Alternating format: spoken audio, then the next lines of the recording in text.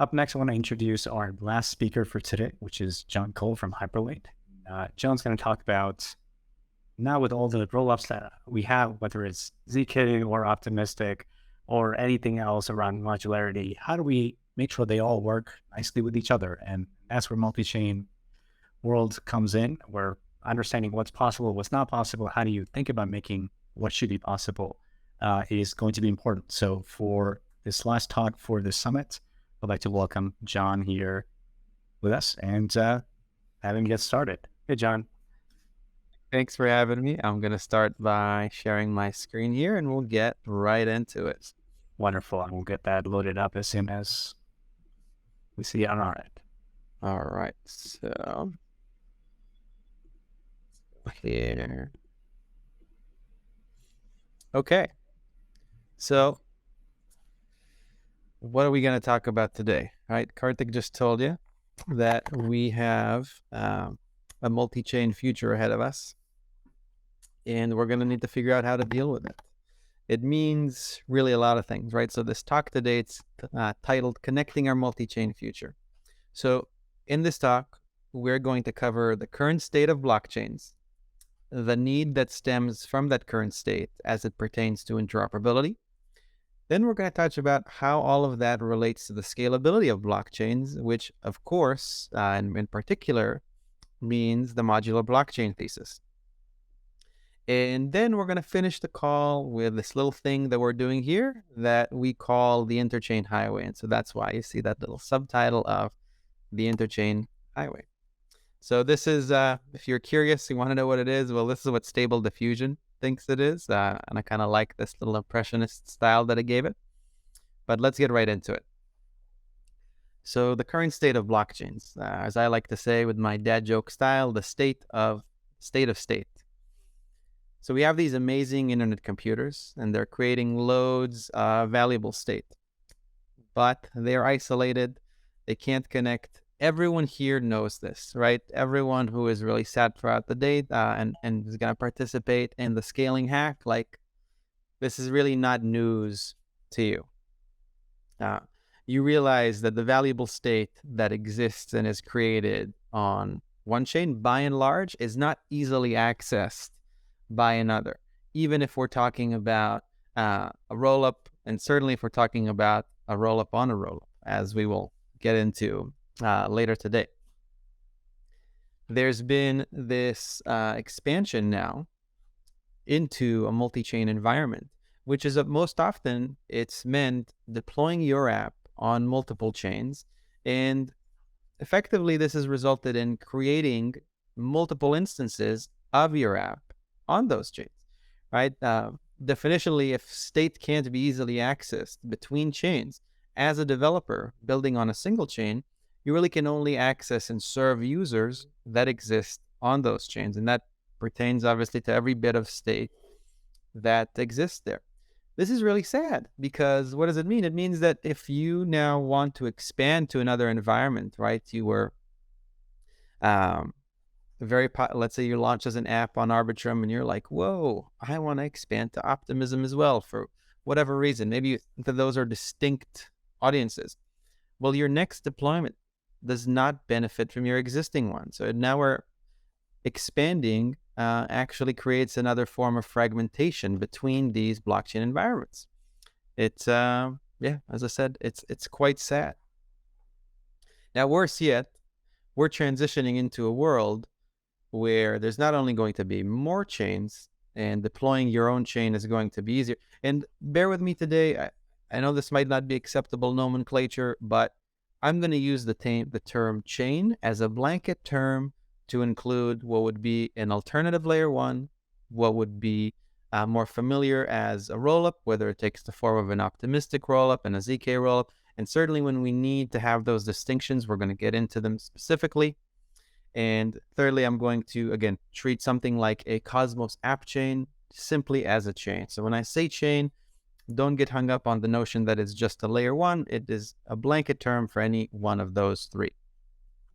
So again, we're moving towards this world becoming ever more popular through the realization of the modular blockchain thesis, that not only is deploying your own chain more common, it is also made easier because there are many more of these toolkits. But what then, right? You deploy your own chain, your own environment, and effectively you've sprouted out a new planet in a solar system, a new island in the ocean. If it's a rollup for, say, and if it's an Ethereum-based rollup, you have one main line into the main economic hub, right, into the main continent, or call it like into the main planet in that star system, but that's all you get. What about the other planets in that star system, the other rollups? What about the other islands on any island chain? How do you connect to them? What are the trade routes that you can access, right? And so that is where we start getting into some problems. Lastly, as we analyze kind of the current state, we have to talk about just how many infrastructure interactions we have as users in crypto.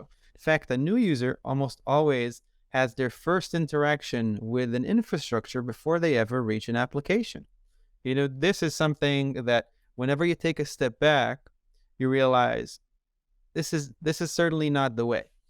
Recently, a good friend was talking about their experience onboarding a close friend who had never been into crypto, but was interested in collecting a POAP. That POAP was on Gnosis. They tell their friend to download the wallet of their choice. The friend downloads Rainbow, finding it to be a very acceptable and easy to use mobile wallet. Then they realize, oh, Gnosis is not supported by. So now my friend has to onboard their friend to MetaMask on a desktop. They have to move the ETH that was purchased in the first wallet. They didn't want to expose the private keys, so he tries to onboard them to that. And now they're already 30 minutes into it. This person being onboarded still has not reached this final application, collecting that POAP that they wanted to. They realize they have to enter the RPC for Gnosis, and very cumbersome. They can't find the RPC address, so they go into the Gnosis docs and they get there. Long story short, they spend about 90 minutes for him. He has to explain to his friend, and that is only after all of that work, dealing with so many parts of infrastructure, did the new onboardee into crypto get actually exposed to the act. No one here probably thinks that that's acceptable, right? There's no way that we can work with that. So this isn't the end state, right? Like, what is, right? How do we get there? Well, how do we get to this point where we're serving people a lot better? We know that whenever we do get this demand, we have really big scaling woes. And obviously this event that we're all embarking on in scaling Ethereum is deeply related to that. We're going to try and find ways to do this more acceptably. And so these internet computers of ours, if there's one thing we know about, we know how they work, right? We know that they work by making digital resources more scarce than they are otherwise. And so we know that whenever demand increases, unless the supply of these resources changes, we're going to have a rough situation. We're going to run into this situation that I'm sure everyone on the line today has run into, where you just realize just how high that gas cost is. And how do we solve that? So we're going to talk about this today, and to solve this, we're going to talk about the combination of interoperability, modular blockchains, and a few other things that will come up. So what does an acceptable multi-chain future look like? Well, it has to be more acceptable. Then we need to find a solution to that demand problem. We don't want the gas to be too damn high all the time, right? Should we ever talk about a future where demand doesn't increase? No, we shouldn't talk about it, because everyone here is very passionate about the industry, and a future where demand doesn't increase is just not that interesting, because it means we can all go home. We did not fulfill our goals of crypto being a solution to global problems. So hard stop, we're not even going to talk about it. The only way to cater this demand is by creating more supply for it. And that supply can take many forms. There will be a spectrum of chains.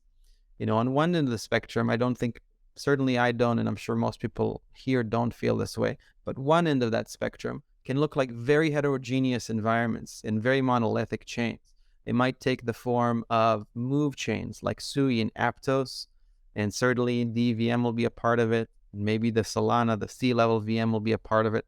And on the other edge of the spectrum, we have a completely homogeneous environment. It's all EVM based. And then we just have many, many, many rollups stemming from this the singular hub. That hub can be the Cosmos hub with the SDK and IBC. It could be Ethereum with many Ethereum based rollups. Personally, I'm inclined to think that we'll end up somewhere closer to the hub version, but not completely homogeneous. So this is really what we talk about when it comes to the modular blockchain thesis. A very large amount of rollups, app chains, and whatever you want to define them, stemming from these hubs. Beyond that, what does an acceptable future look like? We're going to have all these chains where they're going to have to be connected. Applications are going to have to be connected. How do we prevent an experience like the one in that not so great story I just shared about a person trying to onboard into crypto for the first time to redeem a damn POAP? Apps are going to have to be connected, but if apps are connected, it's going to mean that chains are going to have to be connected. How can we get there? And before we get that, let's talk a little bit about the eras and current history of interoperability. So before we got to where we are today, which is we have some form of acceptable interoperability, majority of it is very user-centric. It's still users bridging assets. It's still users dealing with infrastructure. We had the first instantiation that was what we call here defined rule set interoperability.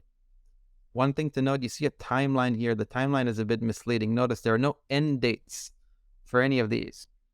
This is because all of these eras are playing out simultaneously. So maybe a better title for this is not eras of interoperability, rather modes of interoperability, because these are all distinct in their form of operation, but again, all of them playing out at the same time, and it's not clear that these will remain independent and not coagulate in some form or merge in some form as we move into the future.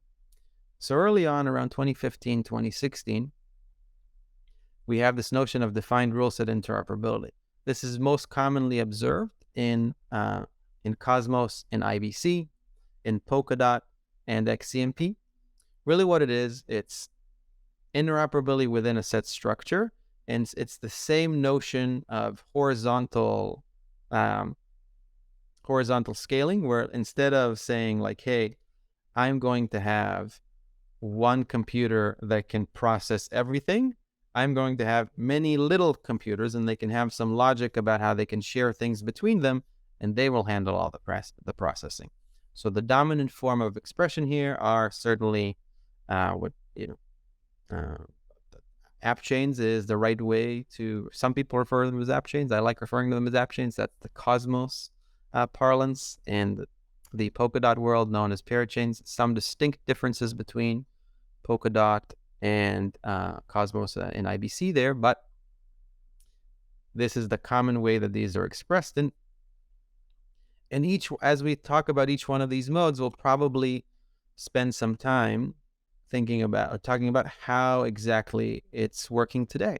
And so today, there are dozens of Cosmos chains.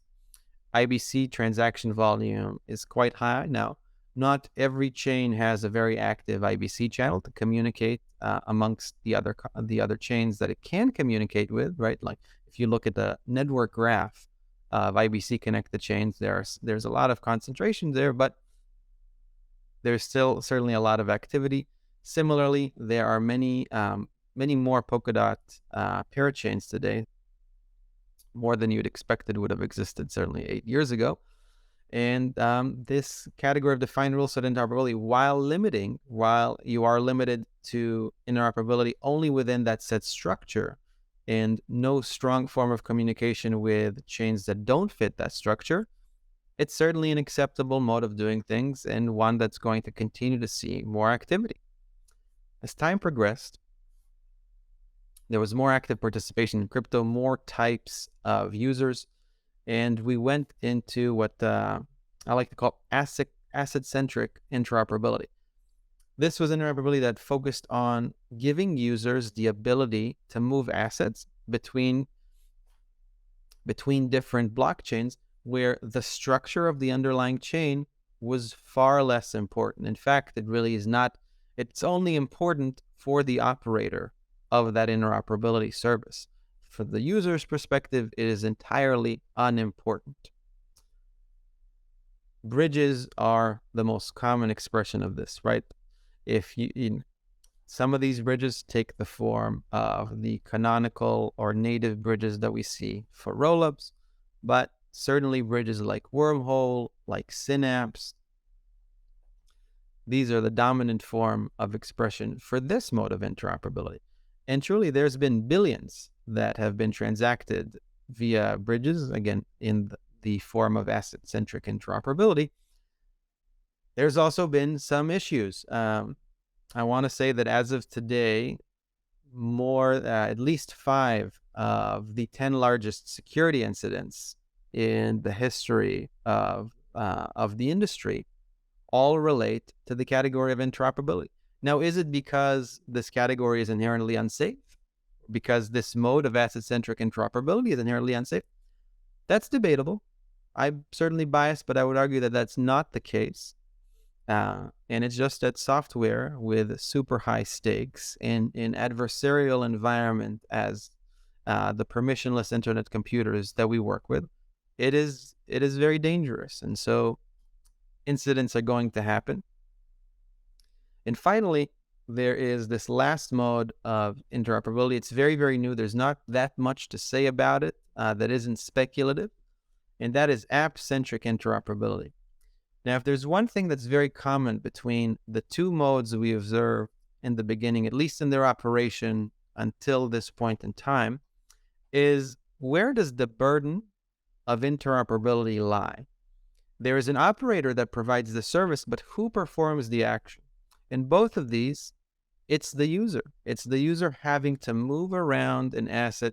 And, if you want to think about this in non-crypto terms, having to move your funds from Ethereum to Optimism, having to move your funds from Ethereum to Osmosis when you want to transact there, that has a little bit of the feel of, I really want to purchase something on Amazon today. So how about I load my balance and I transfer it from my bank account, say with Bank of America, and I load up some bucks into Amazon. I get some Bezos bucks as my balance.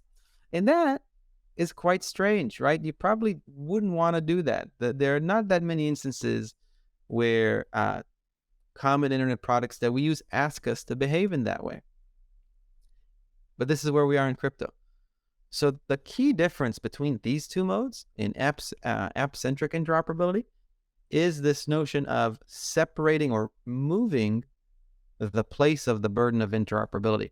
Primarily, it's about moving it from the user's hands to the application so that now we bake in a layer of abstraction such that apps that are built in this way are now handling that transfer on your behalf. Similarly to we don't know the logic of the credit card or the payment network when we get charged on an e-commerce site like Amazon, but it moves the funds on our behalf, and that seems fine. It certainly contributes to a simpler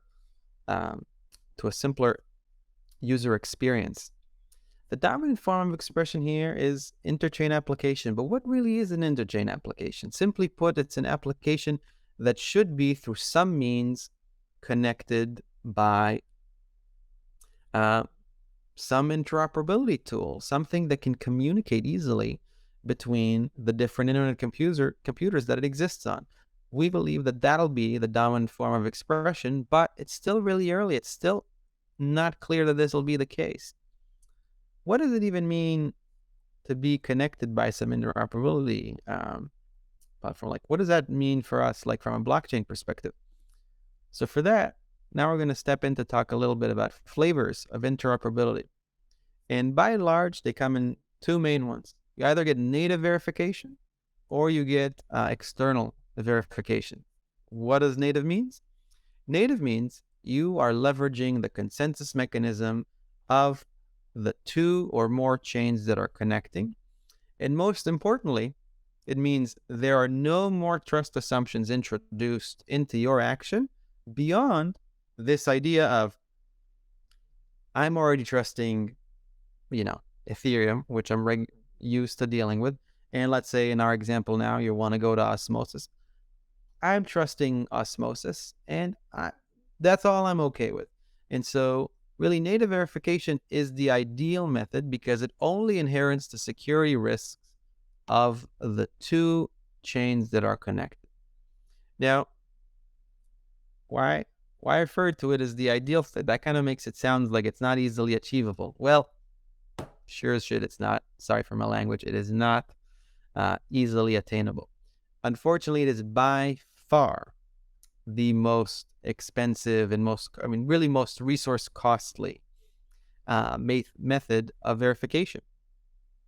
In fact, in systems that were not designed from the ground up to be able to replicate the consensus of external chains within them, it is just incredibly expensive. And for this reason, it works the best. And perhaps without external tools, really the only place where it works well are within these defined rule set systems. So insofar as IBC is concerned, IBC gives you a form of native verification. Now, should you be super discouraged? Not yet. There are things that'll help us reduce the costs of native verification that will allow native verification to be more feasible for environments that weren't built for native verification interoperability. Most promising along this front is certainly zero-knowledge proofs as a way to replicate the consensus of the chain that you are connecting with the chain that you are, to replicate the consensus of the two chains amongst each other in such a way that now having a interchain state transition is much more easily done without having to introduce a new trust assumption. But unfortunately, it's going to take some time, right? There are great advancements. You've seen stuff with ZK Bridge, that recent paper, and there are great advancements in the field of hardware acceleration for provers. And so I'm quite optimistic that within the next few years, we'll start seeing the inklings of zero-knowledge proofs and increasing the prevalence of native verification interoperability, something that is especially useful for the modular blockchain thesis and the future of Ethereum scalability. The other mode is external verification. Well, easy words to say, right? If the previous mode did not introduce any new trust assumptions, and this is the mode aside from it or opposite from it, well, you guessed it, it does introduce a new trust assumption. So external verification means that in between the two chains that you're connecting, now you bring in a third party and you rely on that third party. If you spend a lot of time looking at or trying to solve the Oracle problem or just dealing with the Oracle problem, you are intimately familiar with this. In fact, I don't feel incorrect in saying that external verification interoperability really is just another manifestation of the Oracle problem, and solutions to it often take the form of either fully fledged Oracle solutions or narrowly scoped or narrowly defined Oracle systems. External verification takes many forms, has many different configurations. The easiest and most common looks like a multisig. If you were unlucky enough to be involved in the Ronin bridge incident, you might be more intimately familiar with this configuration. But many times it just takes on a multisig, meaning that whatever state we're replicating between the chains, the ultimate arbiter of that is decided by a key. We used to have actually interoperability systems that did not even use a multisig and were a single key. Thankfully, we've advanced far past that, and that is no longer the case. But that is a very, very popular mode simply because it simplifies the operation, but it obviously introduces predictable and obvious attack vectors. Another configuration is proof of stake, where you can kind of enhance that multisig with some type of economic risk, meaning where these third parties that are being introduced as external verifiers now have economic risk. Now they have a real reason to not lie about what they're doing. But importantly, unlike the proof of a stake that you're familiar with from Ethereum, where ultimately a validator cannot change your balance. A validator can lie about a certain state transition, but they cannot take away your balance. In Oracle systems, you are totally beholden to what the external verifier says is the state of the world. If the external verifier says that the sky is red, the sky is red for all you know on that destination. And this is why proof of stake systems, when it comes to interoperability, they are completely different. They are in many ways they're similar, but where it's most important, when it comes to the key risks to the system, they are quite different than what you're used to when it comes to proof of stake simply for blockchain consensus.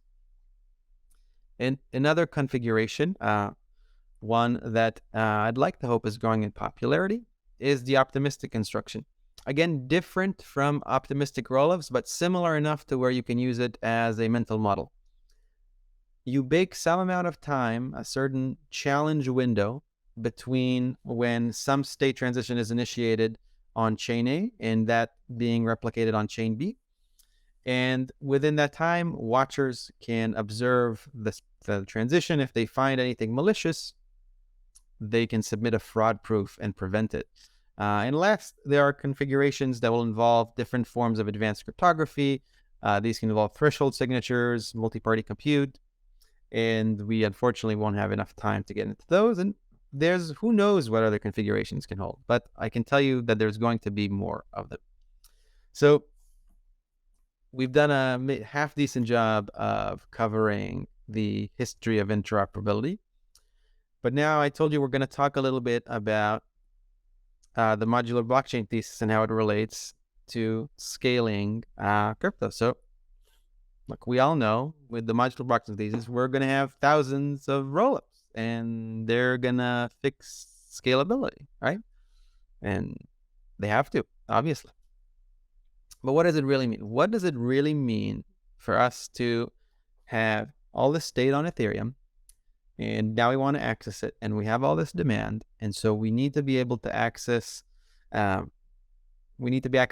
space in a more refined, more targeted, perhaps even less generalized mode, such that we're not paying 500 GUI on 200,000 gas transactions on the regular, as was not uncommon during periods of high demand as we saw in 2021. So what's it going to mean in practice? Right, we're going to have all these hubs. Right, we're going to have talked a bit about this a little bit earlier. We're going to have Ethereum as a main roll-up hub, and we're already seeing this materialize. Earlier in the day, you heard Kelvin from Optimism talk about roll-ups, and Optimism has done amazing work with the OP stack.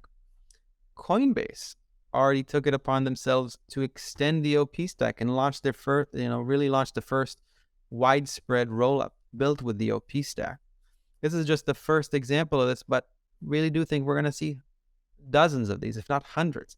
Celestia, with its work on data availability, Celestia rollups will become far and wide. There are already several dozen Celestia rollups being built, and those will seek data availability either from Celestia, maybe from Eigenlayer, Lord knows somewhere.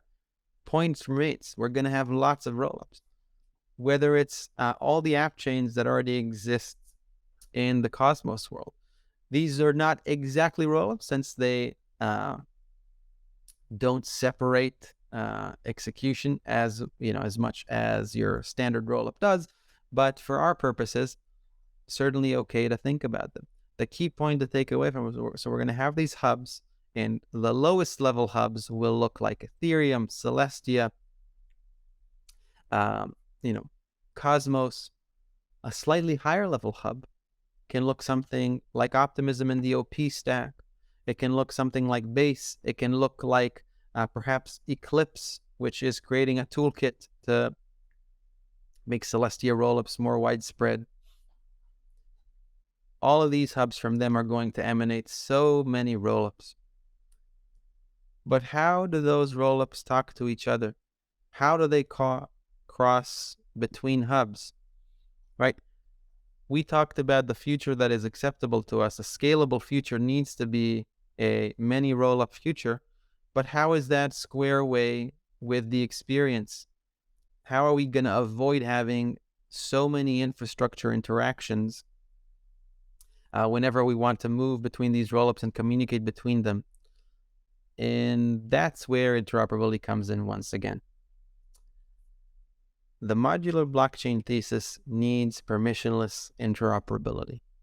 If everyone who wants to is going to be able to spin up a rollup on demand, if apps are going to be expressed as individual rollups, if they're going to be generalized rollups becoming a hotbed for more accessible and cheaper computation, how do we communicate between them? Are we really going to wait the 7-day challenge period going back in between them? Obviously not. No one seems to think that. But the thing that gets not enough attention is inter-rollup interoperability and interoperability across rollup hubs. And to that end, interoperability must be permissionless, but it never is. So I promised you we'll tell you a little bit about Hyperlane. So Hyperlane is the first permissionless interoperability layer. Unlike other solutions in the blockchain space, it's not another blockchain to solve blockchain problems. It's a network of networks, a network between blockchains. In that interchain highway that we talked about before, it's the path between them. So it's our effort to create the safest, fastest, and most accessible way to traverse the empty space between blockchains. And most importantly, as that space gets filled with new, smaller chains that look like rollups, look like app chains, look like app-specific rollups even, anyone has the ability to deploy Hyperlane on those and communicate with any other network that already has Hyperlane on it. So we're running out of time, but high level, how does it work? Hyperlane is deployed on any environments that want to be communicated between them. So if you use the OP stack to create your rollup, you deploy Hyperlane on it. As soon as you're done creating the rollup, and now you put a mailbox on it. That's what it means to deploy Hyperlane. Then you or anyone can run a relayer. The relayer, once again, totally permissionless role, and contracts send messages to the mailbox, this contract that does exactly what it sounds like, and relayers sit in between different chains and different mailboxes, observing the mailboxes, and then they submit the Merkle root that contains your message and delivers it to its destination. This is what we believe the best way to offer permissionless interoperability, and truly the only way that interoperability can scale to a world of modular blockchains, which we know is the best way to scale Ethereum. So it took a bit too long, ran out of time, but that in general is our high-level talk about this today. If you'd like to learn more, you can find me on Twitter at PaleNimbus, or you can reach out to hyperlane.xyz. You can find us on our Discord. We'd be happy to talk to you all about it. And we will be sponsoring the Scaling Ethereum Hackathon, as we do with pretty much every ETH Global event. We are large supporters and big fans of ETH Global. So we'll be here for you.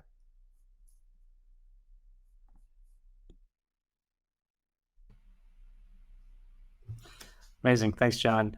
This was super informative. I feel like we got to do a part 2 here to actually dig into how Hyperlane specifically can help here with all these things. And this has been amazing, and a pretty awesome start to the summit. So we get to really see what people can do with optimistic rollup zkVMs and cross-chain applications. Thank you so much. I'll happily do a part 2.